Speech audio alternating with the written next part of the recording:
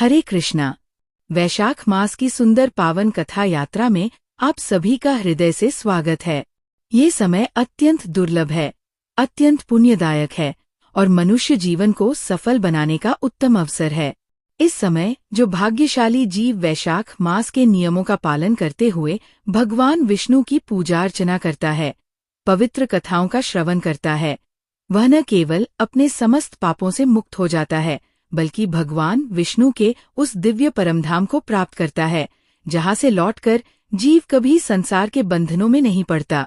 इसी कथा यात्रा में हम पहुंच चुके हैं उस अध्याय पर जहाँ महाराज जनक ब्राह्मण श्रुतिदेव से प्रश्न करते हैं, हे ब्रह्मज्ञानी, वैशाख मास में प्रातःकाल स्नान का क्या महत्व है और क्या कोई ऐसा इतिहास है जो हमें इस सत्य का अनुभव करा सके? श्रुतिदेव मुस्कुराते हैं और कहते हैं, हे राजन, इस विषय में एक अति प्राचीन, पावन और पापों का नाश करने वाली कथा है।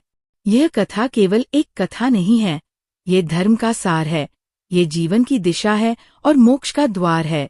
श्रुतिदेव कहते हैं, एक समय की बात है, गोदावरी नदी के तट पर स्थित ब्रह्मेश्वर नामक पवित्र क्षेत्र में महर्षि दुर्वासा के 2 शिष्य रहते थे। वे दोनों ही तपस्वी, ब्रह्मनिष्ठ और भगवत प्रेमी थे। उन दोनों के नाम थे सत्यनिष्ठ और तपोनिष्ठ। सत्यनिष्ठ का जीवन भगवत कथा में पूर्णतः समर्पित था। वह किसी श्रोता की प्रतीक्षा नहीं करता था। जब कोई सुनने वाला नहीं होता, तब भी वह भगवत कथा को अपने आप कहता, और जब कोई श्रोता उपस्थित हो जाता, तो वह उसके लिए भगवान की दिव्य कथाओं का रसपान कराता। श्रुतिदेव आगे कहते हैं, सत्यनिष्ठ कहते थे, कथा के बिना जीवन का क्या अर्थ?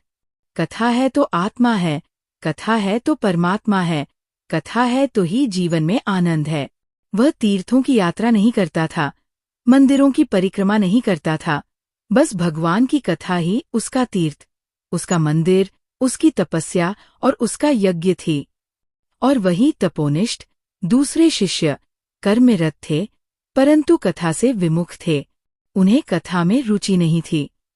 वे सोचते थे कि जब कर्म ही सब कुछ है तो कथा क्यों? परंतु यही उनके पतन का कारण बना। जब जीवन में संकट आया, जब साधना विफल हुई, तब उन्हें समझ में आया कि जो कथा को छोड़ देता है, उसे भगवान भी छोड़ देते हैं। अंततः सत्यनिष्ठ ने ही उनकी रक्षा की और उन्हें भगवत कथा की महिमा का बोध कराया। श्रुतिदेव कहते हैं, हे राजन, ये तो एक दृष्टांत था। अब मैं आपको वो कथा सुनाता हूँ जो सत्य के गहन गर्भ में छिपी है और जो वैशाख मास के धर्मों को उजागर करती है। पुराकाल में पांचाल देश में एक पराक्रमी और धर्मनिष्ठ राजा हुए, पुरुयशा। वे धर्म के आधार पर राज्य करते थे, परंतु समय चक्र घूमता है। एक दिन ऐसा आया कि उनका संपूर्ण राज्य संकट में पड़ गया। धन समाप्त हो गया, पशुधन रोगग्रस्त हो गया, अकाल पड़ गया और शत्रुओं ने आक्रमण कर दिया। राजा युद्ध में पराजित होकर अपनी पत्नी शिखिनी और कुछ सेवकों के साथ पर्वतों की गुफा में छिपकर रहने लगे। वे अत्यंत चिंतित हुए। मैं धर्मात्मा हूँ, ब्राह्मणों का सेवक हूँ, माता पिता का हितैषी हूँ, फिर क्यों ये संकट? तब उन्होंने अपने पूज्य गुरुओं याज और उपयाज का स्मरण किया। वे ब्रह्मज्ञानी गुरु तुरंत आ गए। राजा ने उन्हें देखकर भक्तिपूर्वक प्रणाम किया और अपनी व्यथा सुनाई। गुरुजन कुछ समय मौन रहे, ध्यान किया और फिर बोले, हे राजन, ये सब तुम्हारे पिछले जन्मों के कर्मों का फल है। गुरु बोले, तुम 10 जन्मों तक एक पापी व्याध रहे।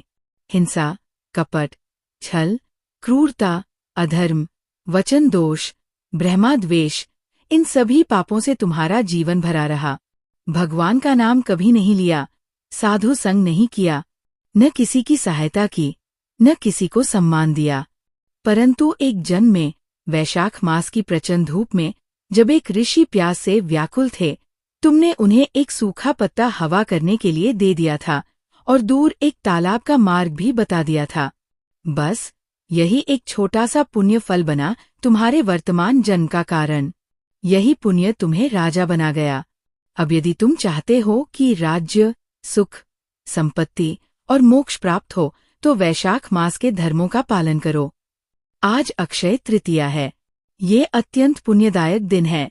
आज के दिन यदि कोई मनुष्य विधि पूर्वक स्नान करके भगवान लक्ष्मीपति श्री विष्णु का पूजन करता है तो उसके समस्त पाप भस्म हो जाते हैं।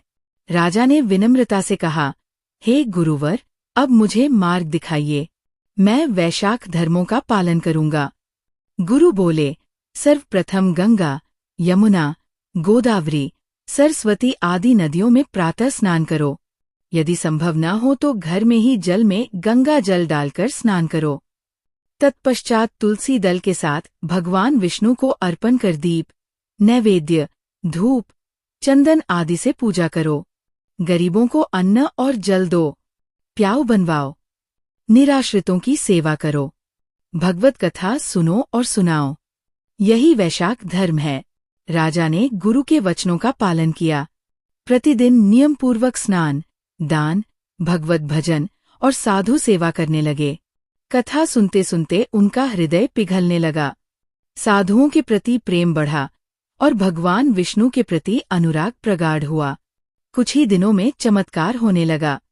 पुरानी सेना लौट आई, बंधु बांधव मिलने लगे, राज्य की समृद्धि लौटने लगी। और फिर वही राजा जो गुफा में छिपा हुआ था, अब पुनः अपनी सेना लेकर शत्रुओं पर चढ़ दौड़ा। युद्ध हुआ, परंतु इस बार युद्ध में विजय हुई। शत्रु हारकर भाग गए। उनकी अपार संपत्ति राजा को प्राप्त हुई। 10 करोड़ घोड़े, 3 करोड़ हाथी, अरबों रथ, लाखों ऊंट, खच्चर और धन का पर्वत। राजा ने फिर से पांचाल में राज्य स्थापित किया। और केवल राज्य ही नहीं, भगवान विष्णु की कृपा से उन्हें 5 तेजस्वी पुत्र भी प्राप्त हुए। धृष्टकीर्ति, धृष्टकेतु, धृष्टद्युम्न, विजय और चित्रकेतु। इन 5 ने आगे चलकर धर्म की पताका फहराई। और अंत में एक दिन जब राजा ने भगवान विष्णु की कथा का गान करते हुए वैशाख मास के धर्मों का पालन पूर्ण रूप से कर लिया, तब अक्षय तृतीया के पावन दिन भगवान विष्णु ने उन्हें प्रत्यक्ष दर्शन दिए। भगवान ने कहा, हे राजन, तू अब मेरे धाम का अधिकारी बन गया है। तेरा जीवन सफल हुआ।